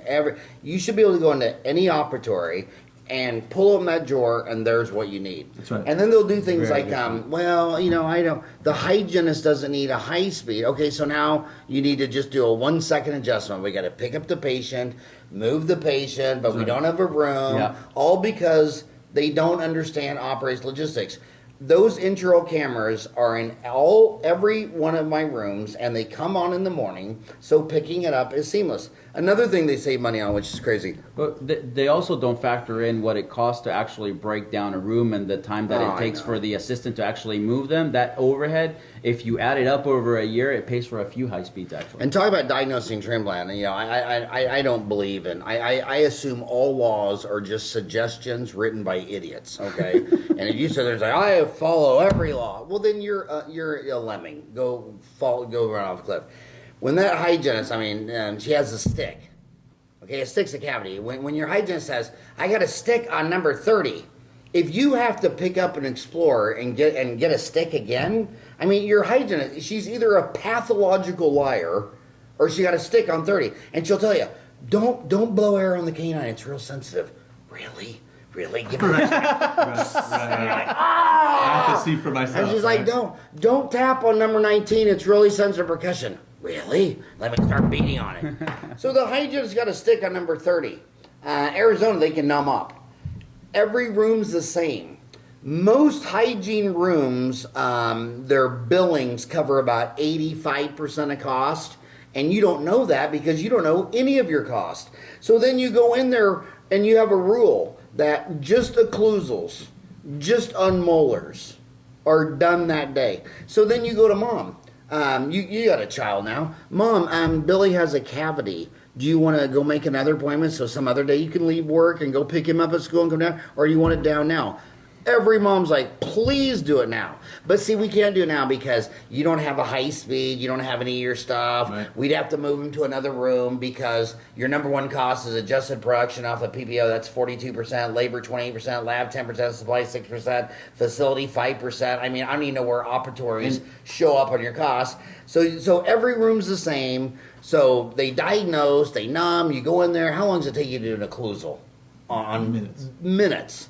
And then what is an occlusal? Another $1.50.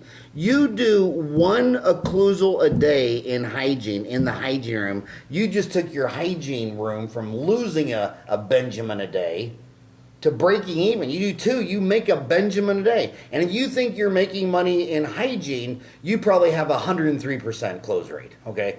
And then one other thing I want to point out is this. For 30 years, everyone will tell you, every time you ever go to a course, and it doesn't matter if it's on root canals, fillings, crowns, practice management, it doesn't matter, and you say, well, why half the room, every row is a doctor's office. There's the doctor, the spouse, the receptionist, the hygienist, the whole damn office is there.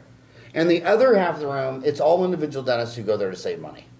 And if you go through there and pick up what they're billing to the IRS, these guys are all making $1.45, and these guys are all doing $275 to $400 to $450. And the richest ones is when there's like 2 rows of staff and the doctor didn't even come. Right. Because you say, well, why would you take him to an endo course? Well, who do you think's answering all the questions about root canals? The person answering the phone when they called in, the dental assistant, the hygienist. I mean, I hope you learned how to do root canals in dental school. They're usually not talking to you when you're doing a root canal. They got a rubber dam on. And so the bottom line is, that's why I brought this up, because you have an online university learning center. That's right. For the whole staff. So you could start having, and by the way, if the staff has to attend, then you'll pay them as wages. If it's a voluntary thing, you could provide pizza or whatever. So you could sit there and say, well, we'll send someone to choke and puke, get some burgers and pizza, and we'll watch these over lunch. How long is your average video on your online university? It's roughly like 10 minutes, under 10 minutes. Okay, so that'd be an awesome staff meeting before we even start. Absolutely. It could be a volunteer lunch and learn where I'll get some pizzas and some sub sandwiches or anything with a lot of nitrates, and then we'll watch one. But yeah, and one last thing about the online university, which I think what you've done is amazing, is remember, Doc, the way humans work. They see you picking your nose, farting, doing dumb stuff, so they don't believe you. An expert is anyone 100 miles away from home, so I can tell my staff something until I'm blue in the face, and then they'll go to some course, and then the rest of my life I hear, well, Dr. Hornbrook said, or Dr. Rosenthal said. It's like, it's like, really? I'm pretty sure I said that 100 times. And you know what, Howard? But I'm just, they know you're just a dumb hillbilly. Yeah. Well, go ahead. No, please. What I was going to say is we always bring this back to the tagline, the new dental economy, right? So in modern times, things are different. We all have to, we kind of know that. And the top layer, but deep down you have to actually change your practice. We have to grow. What does that mean? We have to leverage technology now, right? So if we have the technology now where I can set my staff member, whether it's a treatment coordinator, someone in reception, or whoever it is, I can sit them down and have them watch videos and have that tracked where there's accountability, where I can see what was watched and what wasn't. Right. That saves me a ton of money. It's a huge investment. That's a huge, as we call it, overhead friendly. Not just that, but other key advantage is always offices they advocate cross training and this and that. What better way to cross train someone from the front office to the back office than watching their set of videos? That's right. Also think of the staff turnover, which is inevitable. No matter what you do, how great you are, you or I, we're going to lose people. Has anyone ever sat and calculated how expensive it is to train? As expensive as in not if just they paying train for a at course. all. That's right. If they train at all. Whether they have to send for a course or if they have to take their own time out, right? If I'm training someone, that doesn't necessarily mean I'm focused on my schedule for tomorrow, etc. We've offloaded that. Like you said, we want to. You want to start docs now, and in this economy, you have to learn to delegate more. It's not just a buzzword, but it has to be done. We have to have a time for all of our staff to be trained. So what we've done is taken it off the doc's hands. Say, listen, you can log and become a member of TPA University. Staff members having trouble figuring out how to TPA University or TX Plan Academy? Well, that's the website and the name where we're going to call the online university. We call it TPA University. Online University, right? Yeah. TPA University. Yes. Yeah. So the what we're talking about is essentially like, say your marketing is actually working, like somebody's actually doing something that's worth doing in your marketing, and you want to train one of your assistants to actually know how to answer the phone properly. You sit them in front of the reception module on how to take a good patient questionnaire when they're first calling in, and then they'll know how to do that. And now you have many people that are going to be professionals at doing that one task in your practice. So no matter who calls, and if a new patient's calling, that's the most important phone call of that day. How do we get everybody? You on want to the have same your page? mind blown? So my oldest boy Eric, back in the day, this is 10 years ago. He in college he wanted to get a job at Subway because he actually likes eating Subway. He just had a vision of just eating that shit all day long. And he had to come. I saw him in my office. He had to take 8 hour-long online videos from Subway, and then have a follow-up questionnaire before he could be hired Isn't and that start. amazing?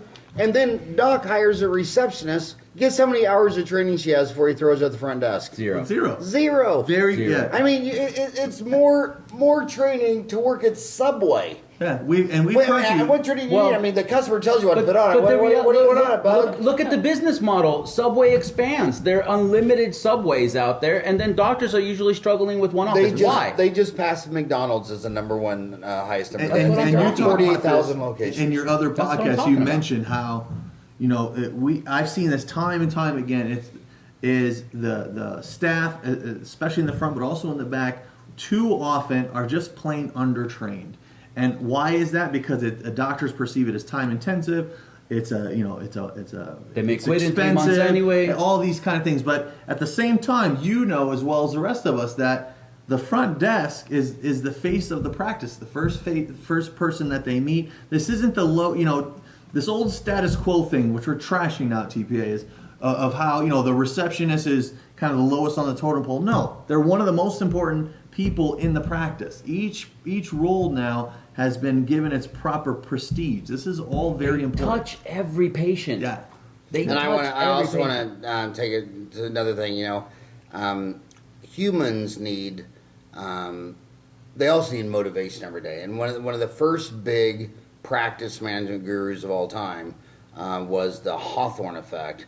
And the Hawthorne effect was very interesting. This is going back to, I think it was 1958, where they went into a factory, and this guy thought, well, it was a factory, it was assembly line, so they could measure output, and he thought, it's too dimly lit, so let's put in some brighter lights, and productivity went up.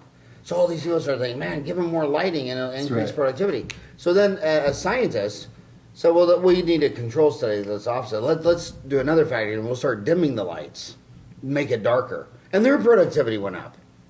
And they're sitting there looking at this stuff like, well, how can we make it brighter, and you don't change anything? And it was the observation effect. When the employees think that you give a shit, and they think that you're taking them to an online C-course, That's right. and you're having a staff meeting, and you're observing them, they need motivation. And the minute they start thinking that you're observing them, giving a shit, recording the incoming calls, like any Fortune 500 company you call, it starts with, this phone call may be recorded. That's right. And the minute the receptionist thinks, he thinks enough of me about how I answer the phone that he wants to record it and go over with me. So I'm not going to answer the phone like, what up? We made that Thank easy. you for calling today's dental. This is Valerie. Right. How may they're like on Broadway. That's right. You sing differently in Broadway than you do naked in your shower. That's right. So the accountability aspect that we built into TPA University isn't just for kicks.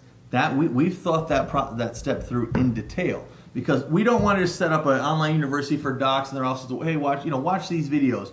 No, we've thought this through in detail. Where I want to be able to track that my teammates are watching the videos like they're supposed to and in a timely manner. And then if I instruct them with something, as mistakes inevitably happen, I make them myself.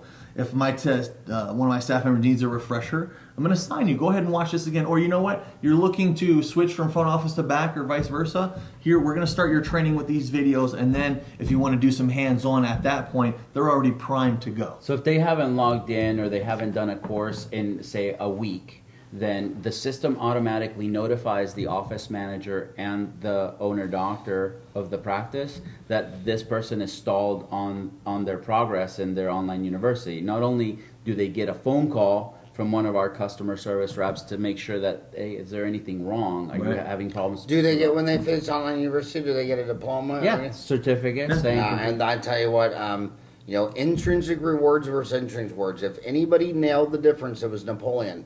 Napoleon was who was the same time as George Washington.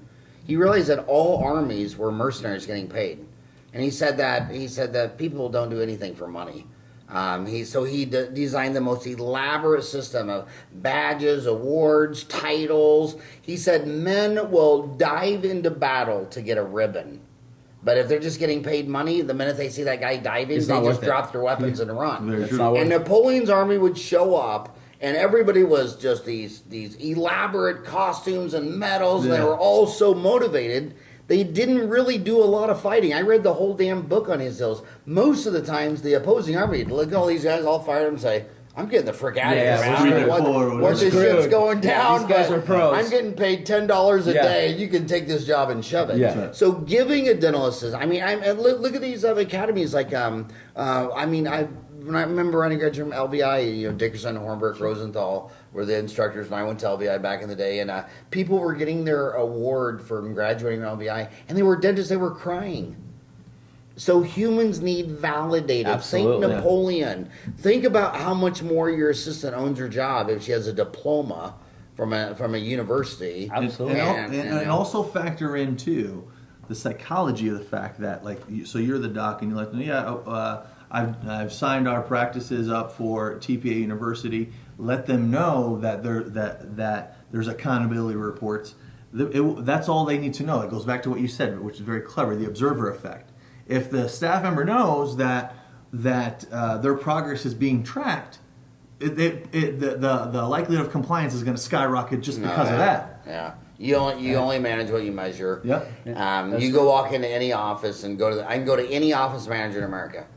Not all of them. I mean, some of them have their fellowship in the Academy of Dental Office Manager, FADOM, that might be different. But you go to any dental office and say, who's the office manager? You. How long you been here? 10 years. Okay. What software are you on? Dentrix. Okay. Does Dentrix run 5 reports, 10, 20, 30, 40? How many reports does it run? I actually don't know. And then you go into the report generator, 95% of the reports have never been run. Right. And then you go in there, and the Hawthorne effect, and you start observing, says, well, I've looked at every report, and we don't need to run 100 reports, but I want this hygienist to run this report and then go over it with the team at the end of the month. She has 5 days into the next month that at a morning huddle, whatever, goes over it. I want the assistant to go over this one. I want the treatment plan coordinator to do this one. But just observing it, and then they're accountable, because I don't want to go up to the front and say, well, the front desk should run these 5. Because then they're never going to run them. And I'll say, how come you didn't run them? Well, I thought you were going to run them. I thought you were going to run them. Well said. So the buck stops with one person, and they're motivated because you pointed something out. You're observing. You're holding them accountable. Right. And if you measure it, you can manage it. If you don't Absolutely. measure it, it'll just fall through the We cracks. have modules go along with what you're saying, Howard, in detail about statistics, and a lot of the things, and our doctors, we get a lot of great positive feedback from this. We are tracking things that even the modern, even big name dental softwares aren't tracking or can't track. They don't track anything. It's They weren't Dentrix- made for that. It's Dentrix garbage and in versus Eaglesoft ought to garbage be out, too. called Stevie Wonder and Ray Charles. One of them's blind. I one of wanted them's you to dead. say it. I mean, to call Dentrix a practice management software system is Right. like calling me a Chippendale. And you'd probably rather see me hanging on upside down on a pole naked than seeing what Dentrix doesn't show you. Right. Yeah. Because it wasn't made just for that. because it just can't do the obvious, That's right. which is hook up to accounting. That's well, right. and Like here's- they do at every Subway, Long John Silver's. Exactly. because they're customized software for that one utility only. It's not like we're trying to do 10 Well, they different just types shouldn't of call practice. it practice managers. Software. Agreed. That is rubbing salt into a room. It's- They should call it.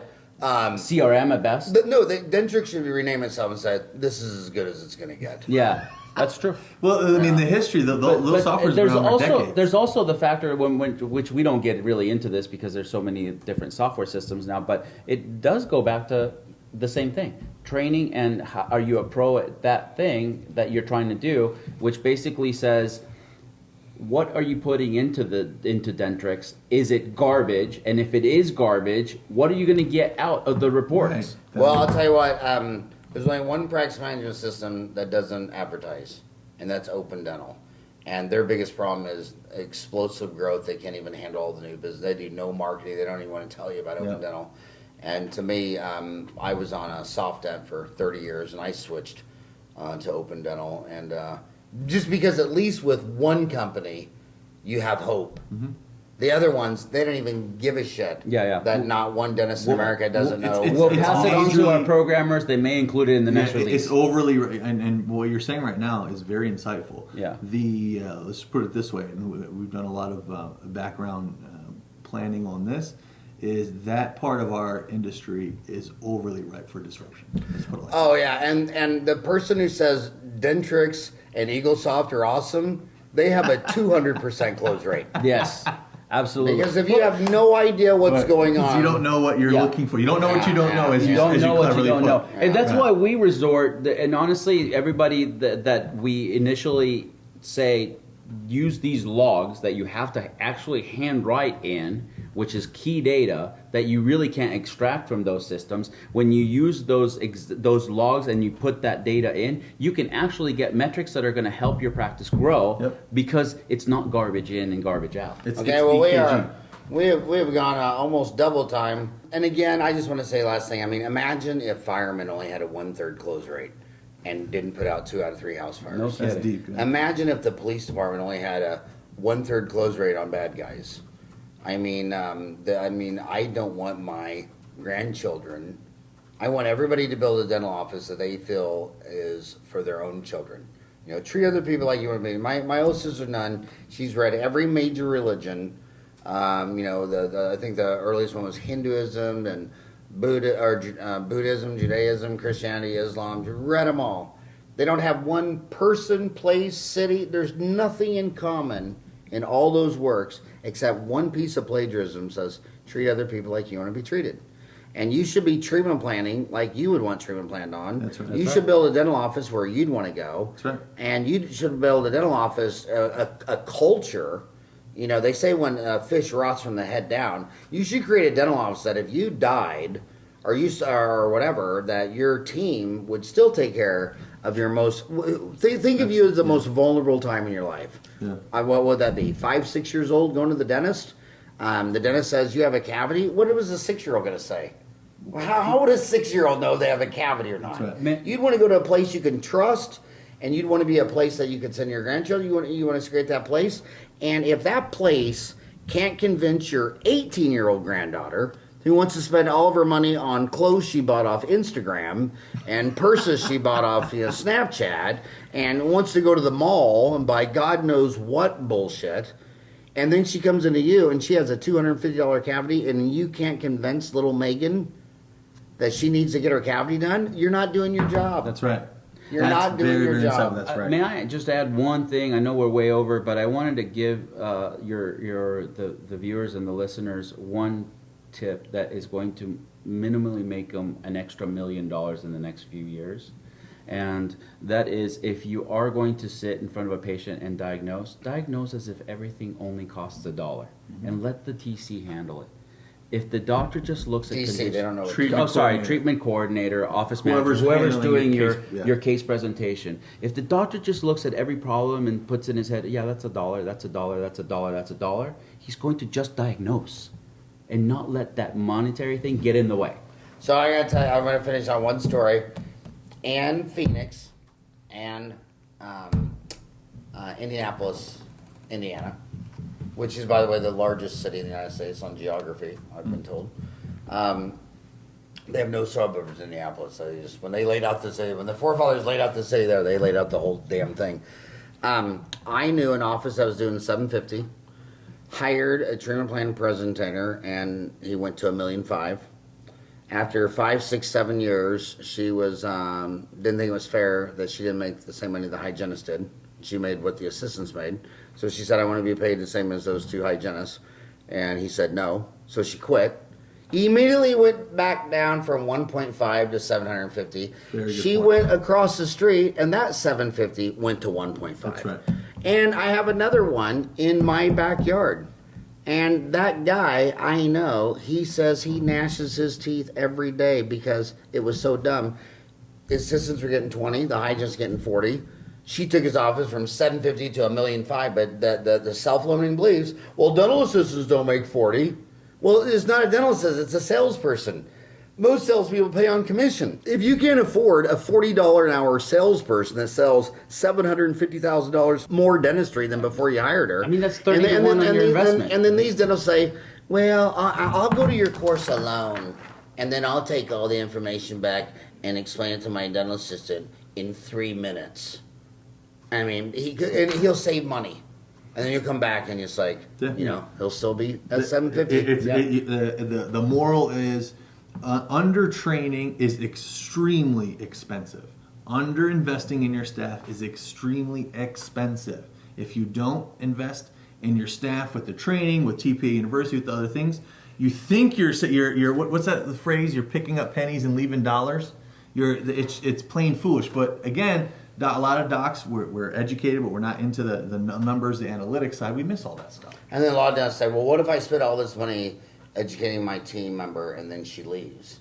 Well, would it be worse? You don't educate her and she stays. Right. Yeah. That would be And a lot you're worse. helping her too. When one of my staff leaves or goes on to the next level, I've had a hand in that. I feel good about myself. Oh, it's yeah. not all. It's not making. I've had money 2 and things assistants like go that. to dental school. I've had several of them go into sales and industry. They're very, very grateful. Yeah, I mean, beautiful. I know I got staff that I More power hired to for them. $10 an hour, and now they make 6 figures at other places, and I feel It's to be, amazing. Yeah. I feel honored to be a part of their journey. And they'll tell everyone about you. Yeah.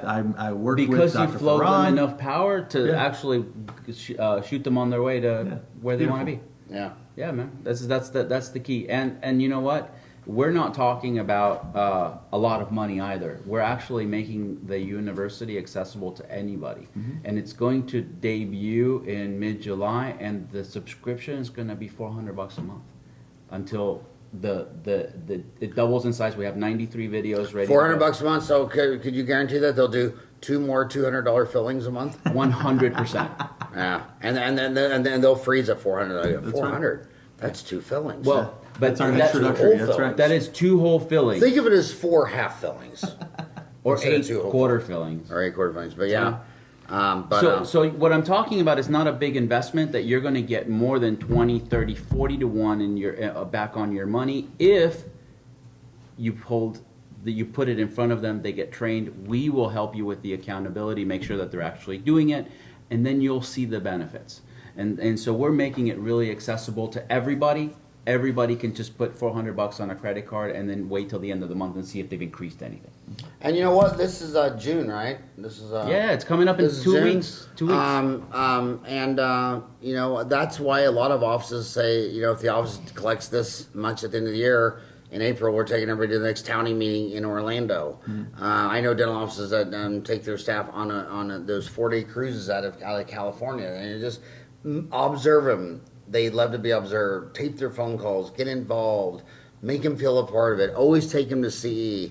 Online CE is absolutely the fastest, lowest, easiest.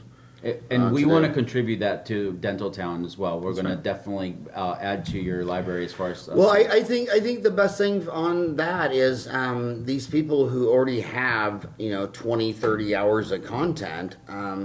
Put an hour of it on a website where there's already 250,000 dentists. Yeah. Just it's marketing. Yeah, Look at it as marketing. our aim and purpose is to get the word out about the university, and we want to actually give you a few videos where we can put them up and then help you guys. Our goal is just perfectly in line with yours, Howard, where by helping dentists, we end up helping the population. That's help right. Humanity. Helping dentists to care for the patients, to get the care that they need. And I know you're big on that. You're global, helping dentists around the world, no matter what which part of the world, to help more people, more human beings. That's And what- everybody's got their challenges. Like I'm in here in Arizona, and I mean, they come to the dental appointment with a 64-ounce Mountain Dew. I'm like, The dude, biggie from 7-Eleven. Do you take your bong to church?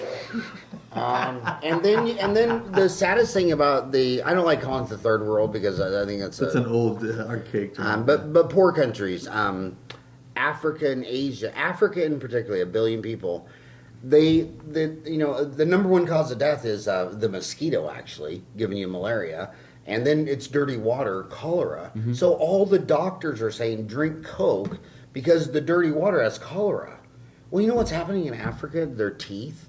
When the doctors are telling everybody to drink Coca-Cola because it's a better decision. I'd rather have my granddaughter with 8 cavities than die of cholera. That's right. But we all have our challenges in every country, and when you have countries where you're afraid of dying from a mosquito, and you're drinking Coke because you don't want your child to have cholera. I mean, so we all have challenges. We can all get out the world's smallest violin and complain about why it's so hard to be a dentist in crowded California, but I'd rather be a dentist in crowded California than treating a population where you're actually the most, like when you're in Soweto, like in South Africa has 50 million people, they have a 25% HIV positive rate. Yeah. So when you go into the dental office, the dentist and the hygienist are like, well, I don't really care about the prophy and gingivitis and a cavity. I would have spent 30 minutes with this child explaining HIV because she's not going to die from gingivitis. So we all have our regional issues and problems. The deal is just get a great attitude, hustle, and confront them, and we'll all win. Yeah, Thanks so much for Thank coming you. by, guys. It's a pleasure. That was really fun. Thank you very Thank much. you. Loved it. Thank you very much.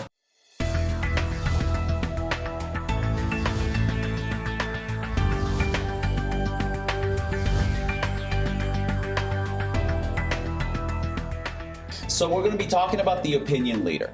And this is something that you won't find on practically any other site. Nobody talks about what an opinion leader is, how much they mean to the patient, what it is that you have to do in order to not just overcome the opinion leader, but really make them your ally. Right. Any thoughts on this? Well, first off, the reason that it's not talked about is no one's taken the time to go through this in detail. The psychology of being a good healthcare provider and how to present treatment to make sure that patients get the care that they need. And so we've delved into this in detail. We've distilled it for you guys, and now we're going to share it. Excellent. Dean, I want to point out a couple of things that I'm a little concerned about regarding Mauricio's cracked tooth that's been giving him problems lately. Hannah, do you mind giving me the study model so I can show Dean what I'm talking about? And you said cracked tooth, right? Yes. He has a cracked tooth on there that, with the dentin exposed, it's causing sensitivity on there. And the way to take care of that is basically reducing that tooth in size a bit to make room for the porcelain material, and then cementing the crown on that. And by doing that, we're basically reinforcing and making that tooth nice and strong again, the way it used to be. If we don't do that, he's at a risk of having that tooth crack even further, which can lead to an emergency visit, having the tooth removed, having a bone graft put in, and then we got to put an implant in, costing you guys time, money, and a lot of problems. more involved. Absolutely, we want to avoid any emergency visits like that. So if you take a look here on the screen here, that's his tooth over there at the bottom right. You notice that crack over there? Yes, that in the missing back. piece? Yeah, that missing piece. So that can crack further, and he can have a vertical crack that can go further into the bone, and at that point the tooth is just hopeless. It can't be saved. So we want to help Mauricio out and put that crown on there and make that tooth strong again. Yeah. Mauricio, hand me your finger. I can show you. And show Dean here. See, it's right over here, this bottom right tooth. Yeah. Feel that? Yeah, I see see it? that. Yeah, Yeah. that's the one that's giving him issues. Okay.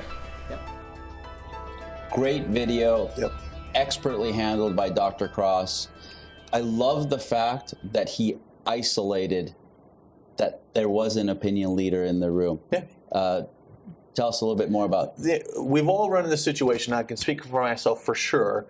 You have a patient who's in the chair, and there's another person, let's say in the waiting room, whether it's a spouse, relative, etc., what we call an opinion leader, who is going to help make the final decision on what, on the treatment. So what normally is done, okay, the status quo, and I've made this mistake many times early in my career, is the opinion leader's in the room, but what do we do, or what do? I sit and I still just talk to the patient as if they're just a fly on the wall and just basically almost ignore them.